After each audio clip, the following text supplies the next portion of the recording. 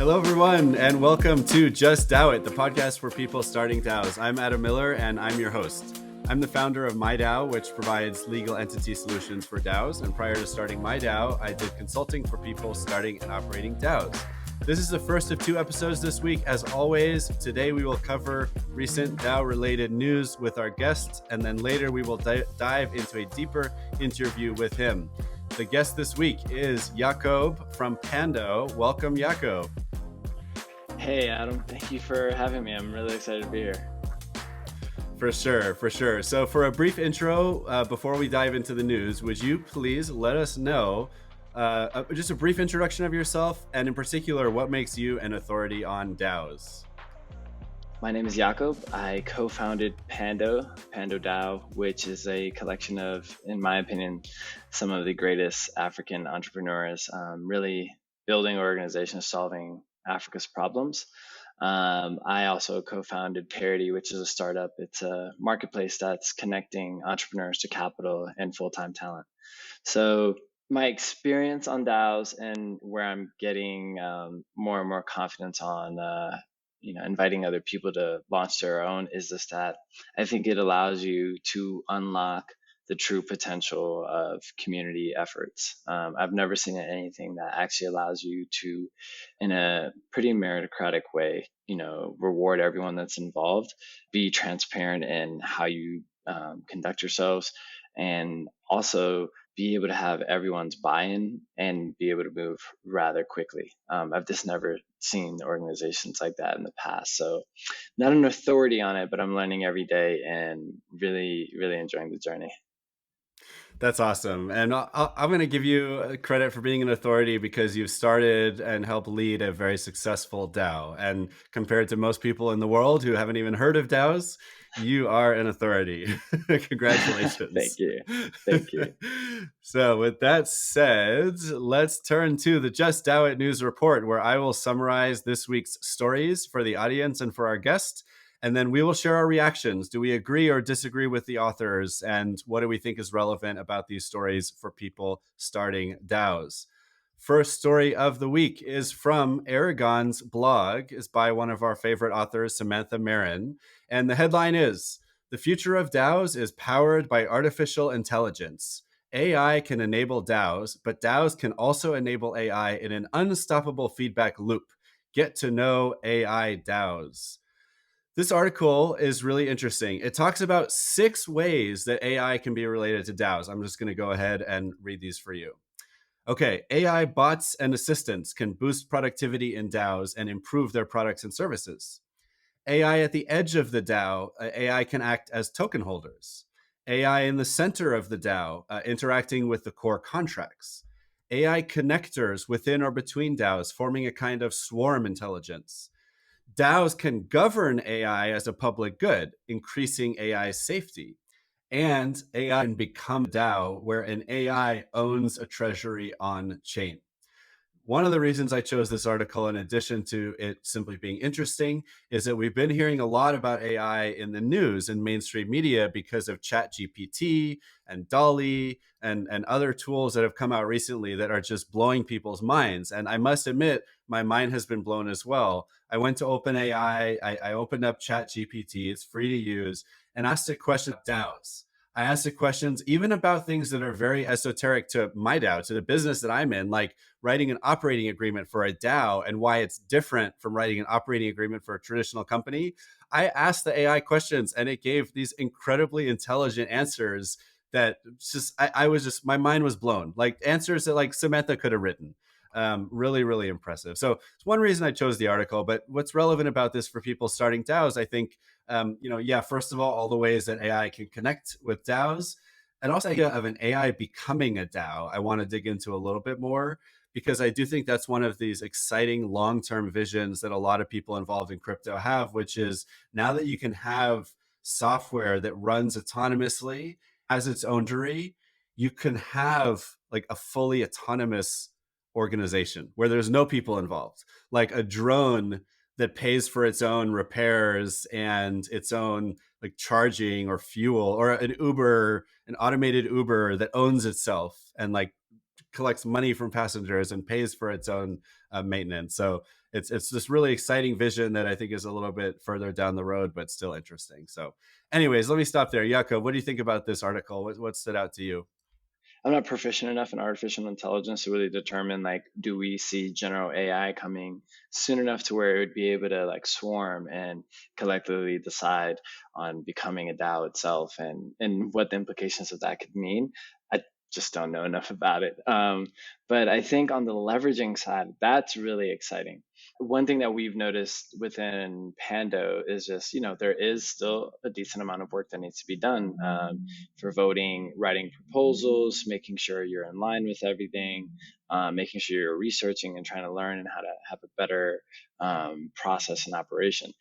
Having a bot that you could, interact with like Chat GPT, and communicate and say, hey, what are the best proposals out there? Can you go find 4 templates and pull them here?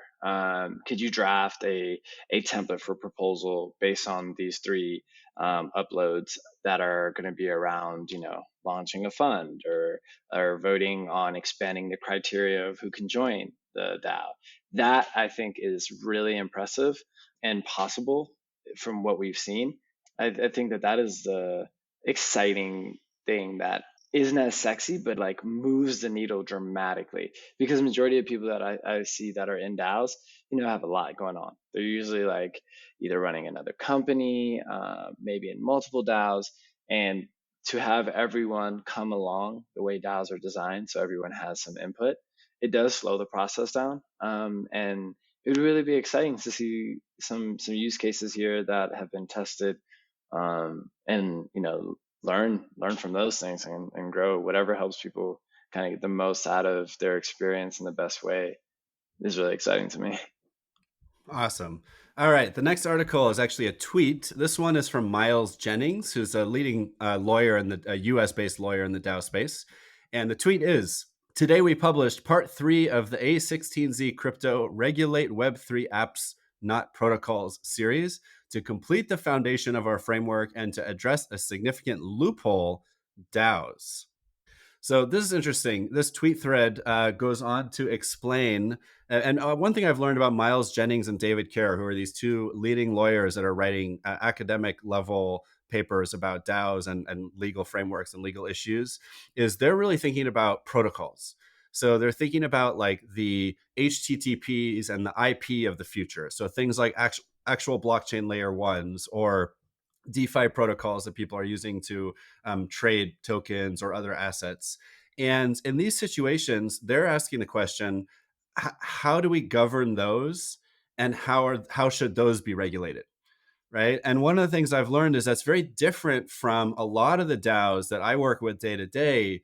These are actually organizations that may be doing something crypto related, or they may not be. They just happen to be using the blockchain for its governance and treasury management features. And that's what makes them a DAO, but they're not necessarily a protocol per se.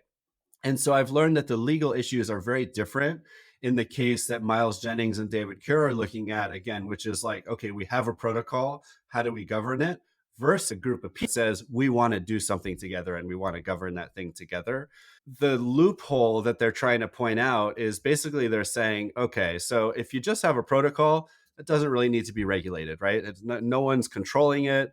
It's just people can use it or they cannot use it. They're using it with each other, like IP, right? No one regulates IP per se, which is internet protocol. It's a part of how the internet works. But take a situation where you have a protocol and now you have a DAO, and that DAO is getting paid part of the fees by the protocol. What Miles is arguing is that in that case, that DAO should be regulated, because just like any traditional company that's profiting off of something that they control, or if they govern the protocol and they profit from it, they're incentivized to possibly do things that are not going to be good for the world, right? They might put profit seeking first and do something that harms people, and therefore they should be regulated. And then so Miles builds this flow chart where he goes into different situations where DAOs are involved or not involved, and how they're involved, and in which cases should those DAOs be regulated and in which cases they shouldn't. And certainly coming from my perspective, where DAOs are like businesses or communities or organizations that are run a different way, and not always necessarily protocols, They usually should be regulated the same way other companies. And I shouldn't say the same way other companies are, but any rule that a company has to follow, like, in terms of not hurting people, not breaking the law, not committing crimes, not committing fraud, DAOs should follow those too. I think that's pretty much a given. I think the question is just, exactly how do you apply that legal framework in a world where DAOs are a little bit different from traditional companies? What do you think? It's more digestible and comprehensive, in my opinion, when you're making a foundational like framework, when you're saying like, all right, this is how we look at this entire new technology. Here's how it relates to existing laws and prior technology. And then within that, like, here are the pillars of how we're regulating this space. Like, if you fall into these pillars, or, I'm kind of spitballing right now, but when you dive headfirst into like the details without understanding the intention behind the entire framing and wrapping of it, I feel like then it becomes kind of like a ball of yarn. Like, this can get pulled into different directions, and then you won't be able to retrace it back to the original purpose of why there's regulation here. At the end of the day, when we look at this, it's like, hey, like, if I was a government, I'd be looking, this creates a lot more economic access and economic opportunity. Like, the whole invention of Web3 and crypto, that's what it's like. That is fundamentally how I'd be looking at it. It's like there's a lot of economic activity here that can happen, that can uplift people's positions in life and improve those positions. There can also be so many breakthroughs in technology here that allow us to create new inventions that provide transparency, communication. There's a lot that can happen here. So that's the good that we can see. What is the bad that we can see? And like, we've seen it, right? We've seen grift. We've seen people do kind of like, rug pulls, Ponzi schemes, whatever you want to call them, just all things. They're not new. Like, all of this has happened before. It's not like we didn't have Bernie Madoff before. So it's not like this is the first time this happened because of this technology. That's not the case. It's just more that as there is more money in the world, as there is more connectivity in the world, as there is more technology in the world, it can allow for things that used to be like small bad things to be a lot bigger, because the velocity at which information travels through and the ability of things to kind of just snowball. So I can see the concern and the need for regulation there, because then that would actually allow more people to buy in and have more trust, which would then force there to be more ethical ways of doing things, because then there becomes more competition. It's no longer like the people that are on the tip of the spear, like front running people that are like, oh, this is the new technology, I'm going to jump in on that. Like, right now, there's people making a huge move towards AI. 4 to 6 months ago, everyone was in climate. And then like 6 to 9 months ago, everyone was in climate Web3, right? Like, and then, 9 to 12 months ago, everybody was just in anything Web3. So, these things happen and they change and they shift, and you want to create a lot more opportunities, and that's what I think regulators are looking for. But you also don't want it to say like, hey, let's just move fast, and then if we break things, it's okay. It's like that just won't be acceptable when you touch hundreds of millions of people, and that's what that's the world that we live in. You can build technology in your home that can touch hundreds of millions and billions of people. That is a whole new way that I don't think people have, or governments have, ever known to regulate. It's just like we have to take a bigger step back to understand. So that's how I think about it. Yeah, good point. Especially the fact that you can build technology and then just like release it into the world, and then it can go operate on its own without an operator, right? No one is Yeah. hosting it on a server and like, fiddling with the settings, each day. It's just out there. People are using it. So that's very Yeah. different type of thing to regulate. All right. Next article is from CoinDesk, and the headline is How to Turn Your Community into a DAO. Understanding how a decentralized autonomous organization works is the first step to bringing your existing community into Web3. Okay, I really like this article because I do think one of the really interesting things about DAOs is they're not just for businesses that want to do things in a more decentralized way. They're not just for Web3 protocols that need to be governed. They are for communities of any kind. So like think about like in whatever local area you're in, whatever your interests are, what are some of the communities that you're part of? Maybe, you're part of a religious community, maybe you're part of the local like softball community or the hockey community, or maybe you're connected to some kind of nonprofit endeavor locally. Any of these situations, and many, or you're all fans of the same artist, right?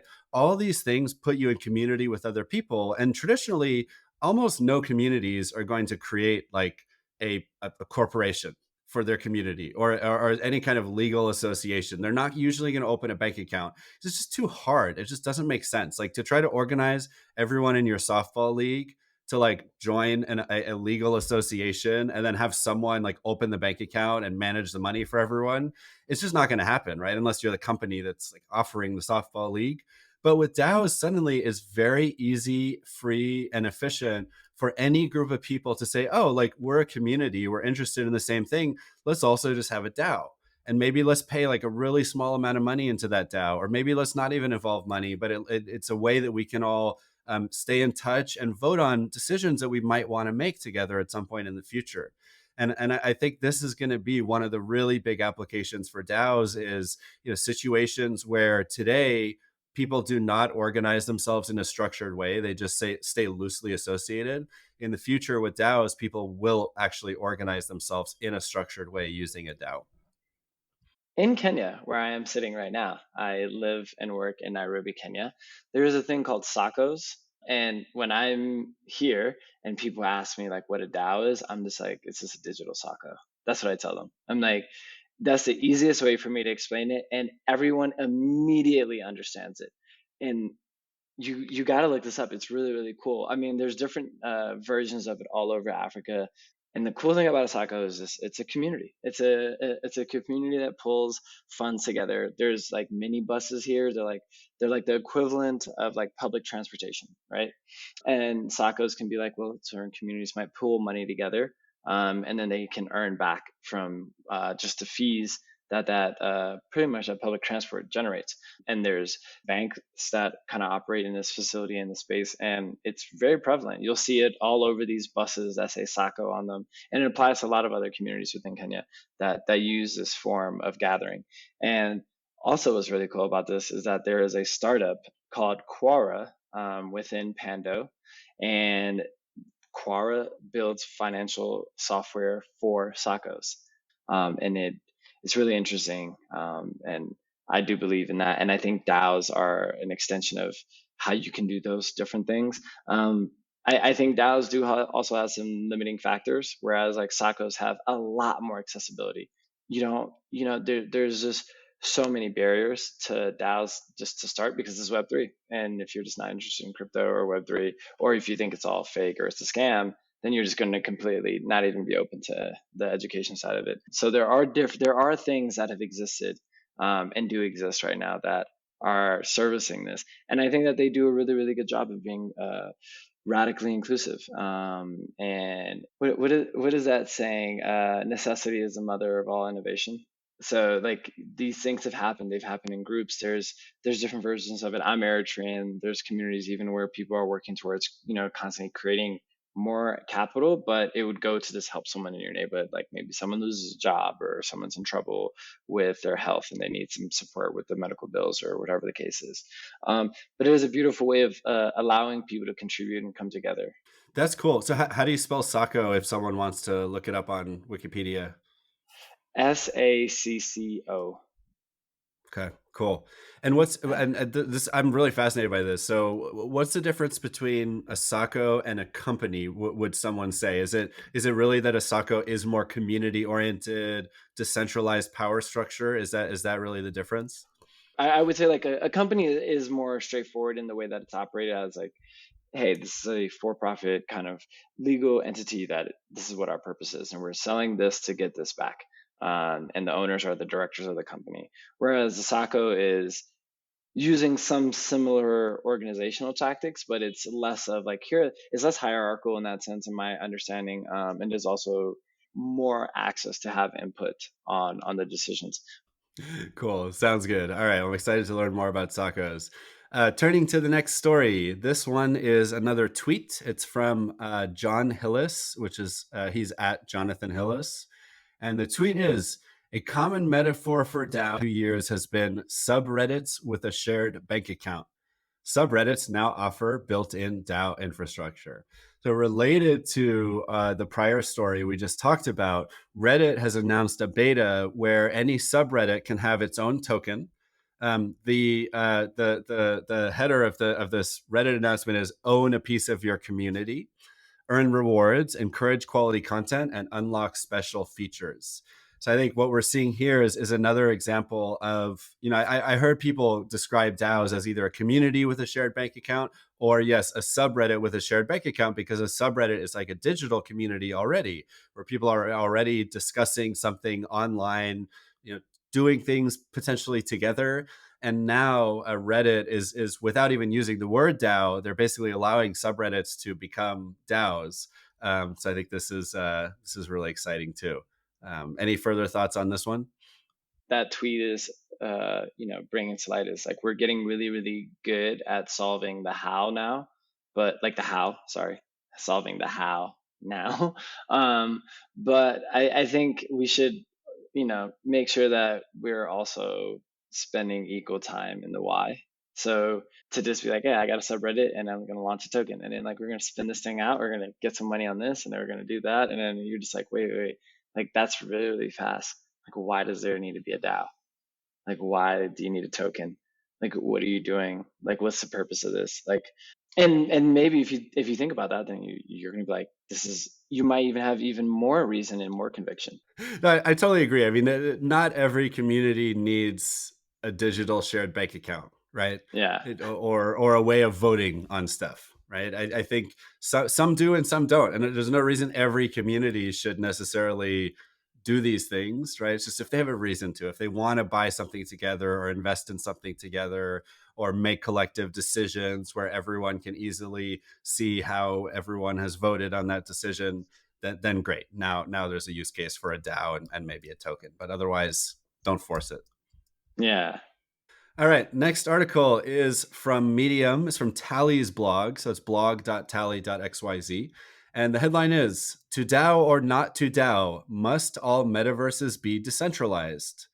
So this article by Cool Horse Girl asks the question whether all metaverses be decentralized, and in particular looks at two metaverses as examples. One is called Walmart Land, which, as you can probably imagine, is a metaverse built by Walmart, and looks at Decentraland, which is a metaverse that is governed by a DAO. We've had one of their founders on the show before. I think to me, this is actually an easy question to answer. It's almost like, because metaverses are like land, right? They're like places that people can hang out or own property or do business. And I think if we look at traditional land, right, like cities, islands, states, countries, at least in the Western world, I think most of us would probably agree it's better to have a democracy than to have a dictatorship, for example. And I think that's basically the question we're asking here is like, if you have a virtual piece of land, do you want it to be owned and controlled by one person or company? Or will you be better off if everyone controls it together through this democratic like form of governance? And to me, the answer is almost always going to be that it should be decentralized. I mean, at least if people are going to have economic interests, if this is a meaningful place that they have interest in, then it's probably better if they share some governance rights over it. What do you think? yeah, yeah. I think it's the layup. Yeah, I think that's Easy that's one. easy. Yeah, yeah, Okay. Cool. Sounds good. All right. Moving on to the next article. This one actually is a resource that I found. It's called the DAO Handbook. It's at daohandbook.xyz. You can actually buy it as a book from Amazon, but it's also all available online.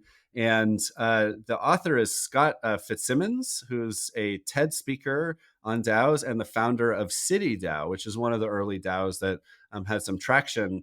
And this handbook goes into so many articles about the history of DAOs, different types of DAOs, how the blockchain is involved, dictatorship versus democracy, when to avoid using DAOs, governance, mission, constitution, voting, fundraising, tokens, multi-sig, smart contracts, proposals, and the list goes on. So I just want to encourage people, if you're looking for a good resource to better understand DAOs and what's going on with DAOs, highly recommend check out daohandbook.xyz.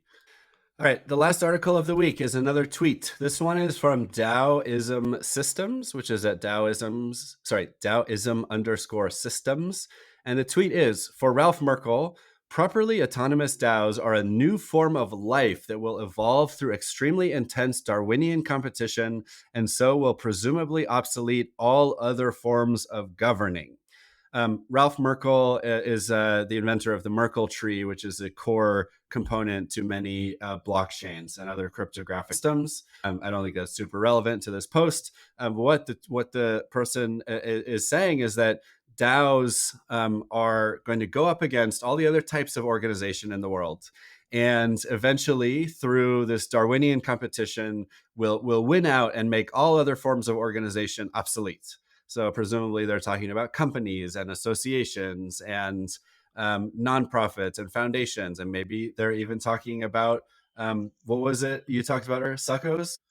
Yeah, so this is an interesting tweet. I think there is something to it, but I think it's also probably going a little bit too far and maybe missing a little bit of nuance when it comes to DAOs. And that nuance to me is that DAOs introduce a new set of capabilities, right? Technological and human processes and capabilities that people can use when they're building an organization or managing a community or building a company or whatever. But not every DAO is like leaving all the other traditional capabilities that people used to use to organize things behind and just using these new capabilities, and then expecting that these new capabilities will be so much better than the old capabilities that no one will even use the old capabilities anymore. That's not really a model that's going to work. The model that's going to work is to say, okay, great, we have these new capabilities, right? We have tokens which you can use to represent membership and different types of tokens. We have a voting that you can use to make sure that organizations can do instant, free, scalable, global voting, and you know that no one can defraud the election, right? You know that the vote is being counted accurately. And we have treasuries that live on chain that you can control through that governance process so that you have fully transparent use of treasury and direct control over a treasury from a governance process.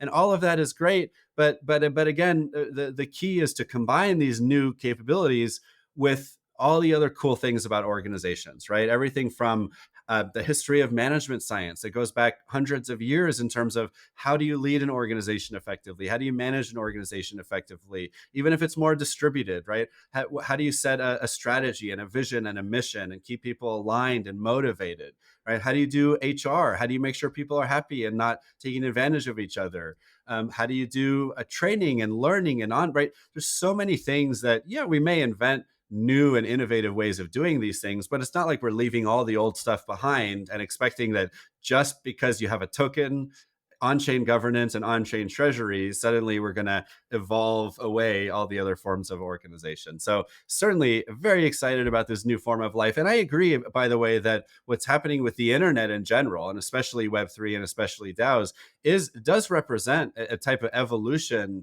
in life on Earth, right? This is not just a slightly better way of doing business. This is taking humanity to another level in terms of our collective intelligence and our collective ability as a species. So it's huge, but I don't see it quite as literally, evolving out other types of organizations as this author does. What do you think, Yacob? That doesn't really happen. If you look at the arc of history, that's not really how I think things evolve. They usually kind of mutate and evolve in a way that's like take a little bit here, take a little bit there, kind of how you were breaking it down. Yeah, I don't think it's to switch over systems immediately and then completely lose all sense of the other versions of everything we've done. Yep. All right.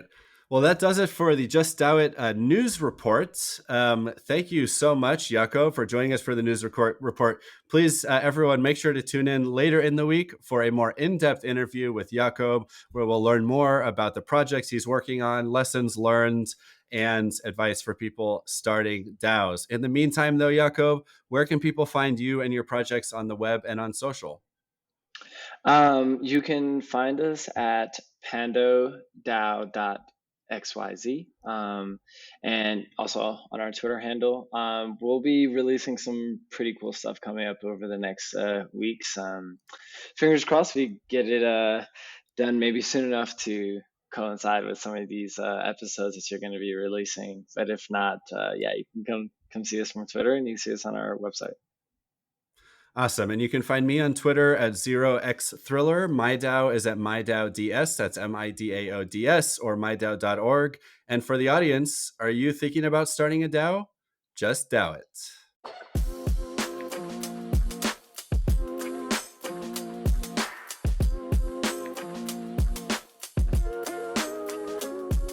Just DAO It is for educational and entertainment purposes only. Just DAO It does not contain any legal or financial advice. My DAO also does not provide legal or financial advice, and nor does your host, yours truly.